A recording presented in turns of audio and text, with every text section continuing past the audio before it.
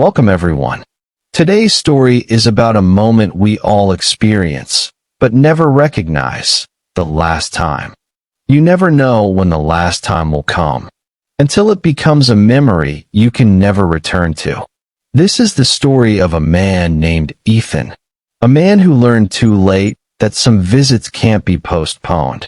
Ethan lived in a busy city where life moved fast. He worked at a large company, constantly chasing deadlines, meetings, emails, goals. Every day looked the same.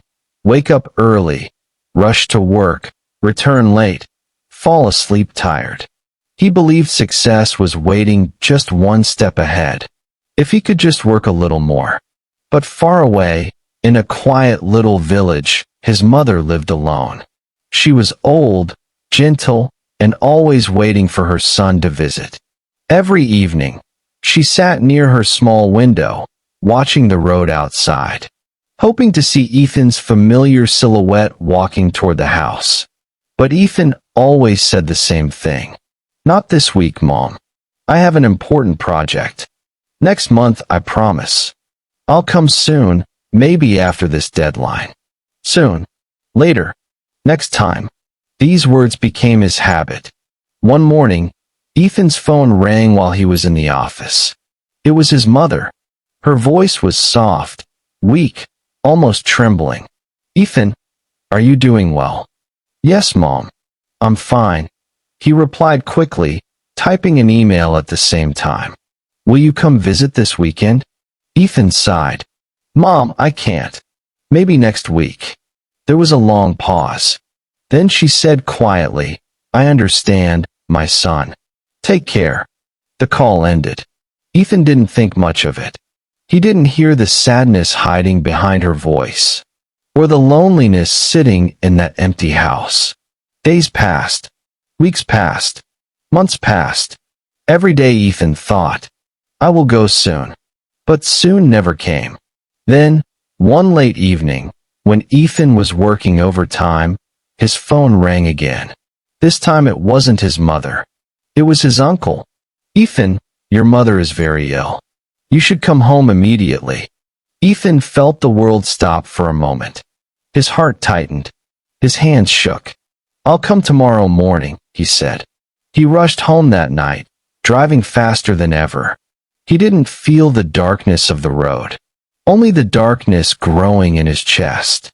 When he arrived at the village, the house was silent. The window where she used to sit was empty. He opened the door slowly. There she was, lying in bed, still, peaceful, as if sleeping. But she wasn't. Ethan walked toward her, tears blurring his vision. His knees weakened. He sat beside her and held her cold hand. "Mom, I'm here," he whispered. But it was too late. Beside her pillow, he found a small notebook, a diary she had written for him. He opened it with trembling hands. On the first page, it said, "My dear Ethan, I know you are busy, but every time you said, 'next week,' I waited with hope.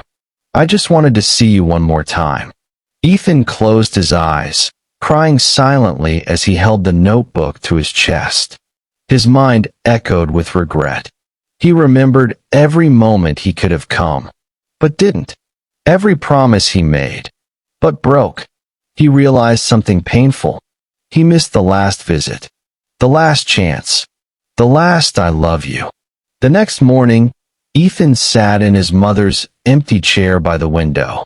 For the first time, he saw the world the way she had. Quiet, slow, filled with waiting. He whispered to himself, "If I had known, I would have come earlier. I would have come 1,000 times." But life does not wait.